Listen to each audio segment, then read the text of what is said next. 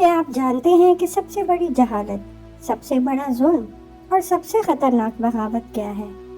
یہ وہ راستہ ہے جو انسان کو سچ سے دور اور تباہی کے قریب لے جاتا ہے۔ آج ہم بات کریں گے کفر کے نقصانات پر۔ قرآن اور عقل کی روشنی میں یہ ویڈیو آخر تک ضرور دیکھیں، کیونکہ ایک لمحہ کی غفلت ہمیشہ کی ناکامی بن سکتی ہے۔ کفر کے نقصانات۔ کفر ایک جہالت ہے، بلکہ اصلی جہالت کفر ہی ہے۔ اس سے بڑھ کر اور کیا جہالت ہو سکتی ہے کہ انسان خدا سے ناواقف ہو۔ ایک شخص کائنات کے اتنے بڑے کارخانے کا رات دن چلتے ہوئے دیکھتا ہے، مگر نہیں جانتا کہ اس کارخانے کو بنانے اور چلانے والا کون ہے۔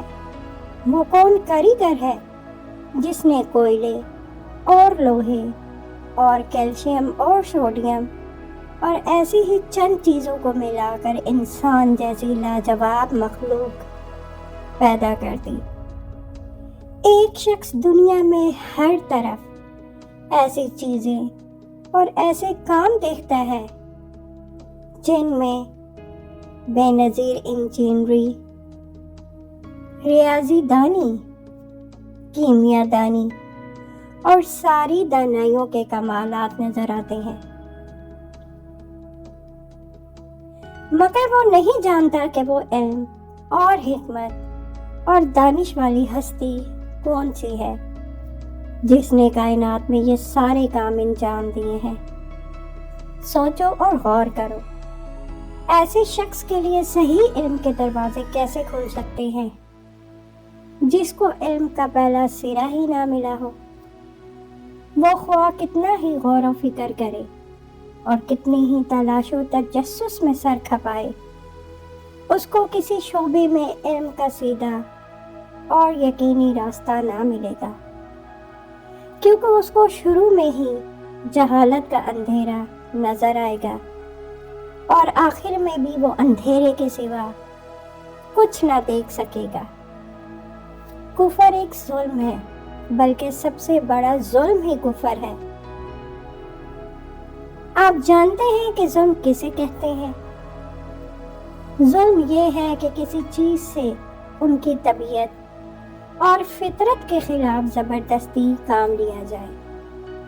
کیا آپ کو معلوم ہے کہ دنیا میں کتنی چیزیں ہیں؟ سب اللہ کے تابع اور فرمانبردار ہیں، اور ان کی فطرت ہی اسلام یعنی قانون خداوندی کی اطاعت ہے۔ خود انسان کا پورا جسم اور اس کا ہر حصہ اسی فطرت پر پیدا ہوا ہے۔ خدا نے ان چیزوں پر انسان کو حکومت کرنے کا تھوڑا سا اختیار تو ضرور دیا ہے، مگر ہر چیز کی فطرت یہ چاہتی ہے کہ اس سے خدا کی مرضی کے مطابق کام لیا جائے۔ لیکن جو شخص کفر کرتا ہے وہ ان سب چیزوں سے ان کی فطرت کے خلاف کام لیتا ہے۔ وہ اپنے دل میں دوسروں کی بزرگی اور محبت اور خوف کے بت بٹھاتا ہے، حالانکہ دل کی فطرت یہ چاہتی ہے کہ اس میں خدا کی بزرگی اور محبت اور خوف ہو۔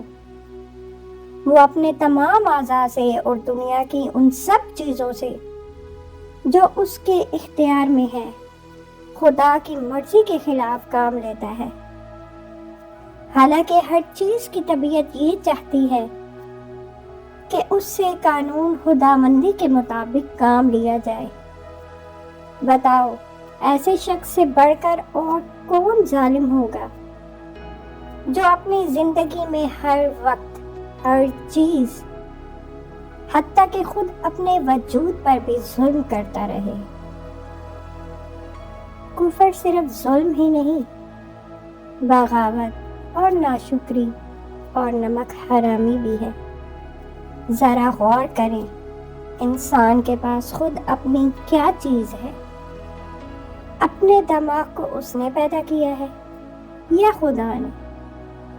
اپنے دل، اپنی آنکھوں اور اپنی زبان اور اپنے ہاتھ پاؤں اور اپنے تمام اعضاء کا وہ خود خالق ہے یا خدا؟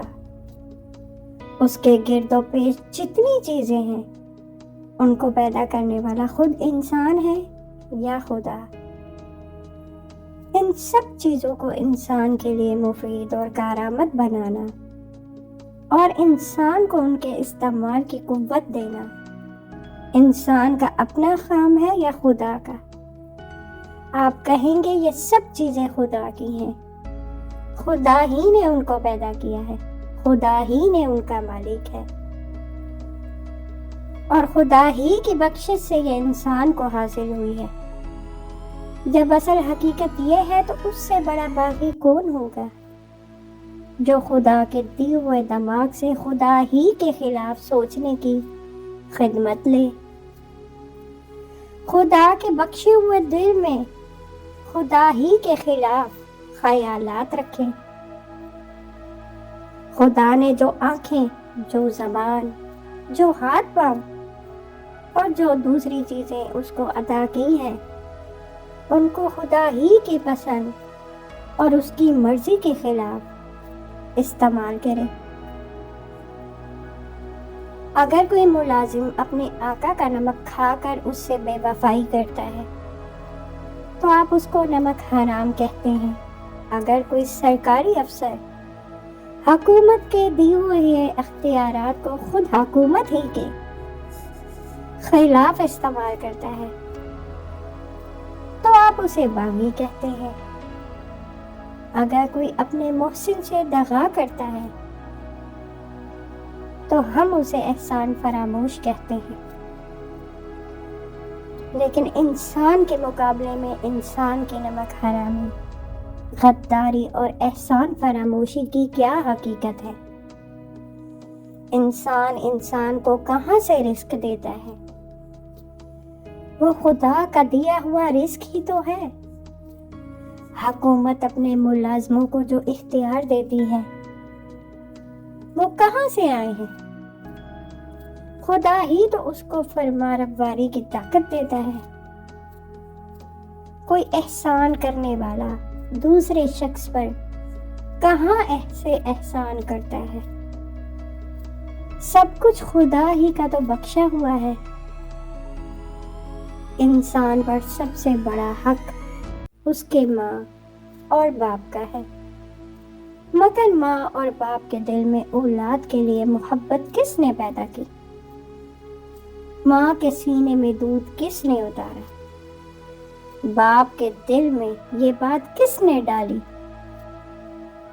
کہ اپنے گاڑے پسینے کی کمائی گوشت پوش کے ایک بیکار لوتھڑے پر خوشی خوشی لوٹا دے اور اس کی پرورش اور تعلیم و تربیت میں اپنا وقت، اپنی دولت، اپنی آسائش سب کچھ قربان کر دے؟ اب بتائیے کہ جو خدا انسان کا اصلی محسن ہے، حقیقی بادشاہ ہے، سب سے بڑا پروردگار ہے، اگر اسی کے ساتھ انسان کفر کرے، اس کو خدا نہ مانے، اس کی بندگی سے انکار کرے اور اس کی اطاعت سے منہ موڑے تو وہ کیسی سخت بغاوت ہے، کتنی بڑی احسان فراموشی اور نمک حرامی ہے۔ کہیں یہ نہ سمجھ لینا کہ کفر سے انسان خدا کا کچھ بگاڑتا ہے۔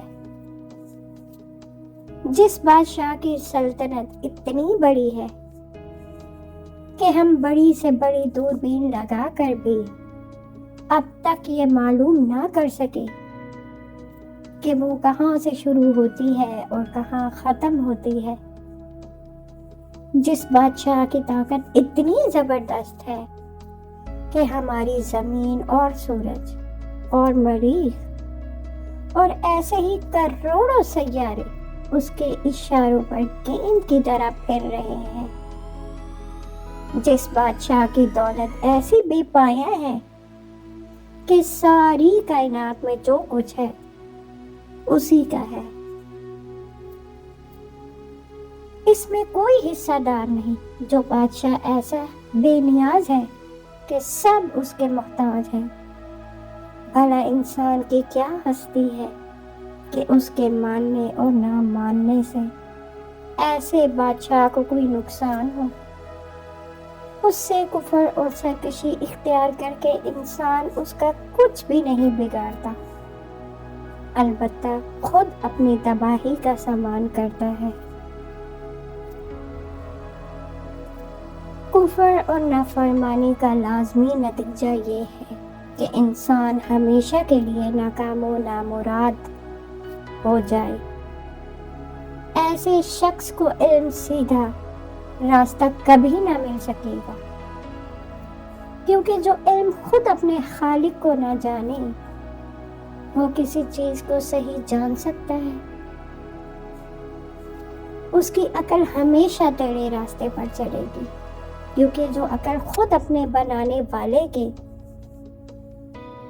پہچاننے میں غلطی کرے، وہ اور کس چیز کو صحیح سمجھ سکتی ہے؟ وہ اپنی زندگی کے سارے معاملات میں ٹھوکروں پر ٹھوکریں کھائے گا۔ اس کے اخلاق خراب ہوں گے، اس کا تمدن خراب ہوگا، اس کی معاشرات خراب ہوگی، اس کی معیشت خراب ہوگی، اس کی حکومت اور سیاست خراب ہوں گی۔ وہ دنیا میں بدامنی پھیلائے گا، کشت و خون کرے گا، دوسروں کے حقوق چھینے گا، ظلم و ستم کرے گا، خود اپنی زندگی کو اپنے برے خیالات اور اپنی شرارت اور بدعمالی سے اپنے لیے تلخ کر لے گا۔ پھر جب وہ اس دنیا سے گزر کر آخرت کے عالم میں پہنچے گا تو وہ سب چیزیں جن پر وہ تمام عمر ظلم کرتا رہا تھا اس کے خلاف نالش کریں گی۔ اس کا دماغ، اس کا دل، اس کی آنکھیں، اس کے کان، اس کے ہاتھ پاؤں، غرض اس کا رونا خدا کی عدالت میں اس کے خلاف استغاثہ کرے گا کہ اس ظالم نے تیرے خلاف بغاوت کی اور اس بغاوت میں ہم سے زبردستی کام لیا، اور وہ دولت جو حرام سے آئے اور حرام پر خرچ کی گئی، وہ سب چیزیں جن پر اس نے باغی بن کر غاصبانہ تصرف کیا، وہ سب آلات و اسباب جن سے اس نے اس بغاوت میں کام لیا، اس کے مقابلے میں فریادی بن کر آئیں گے، اور خدا جو حقیقی مصنف ہے ان مظلوموں کی داد رسی میں اس باغی کو ذلت کی سزا دے گا۔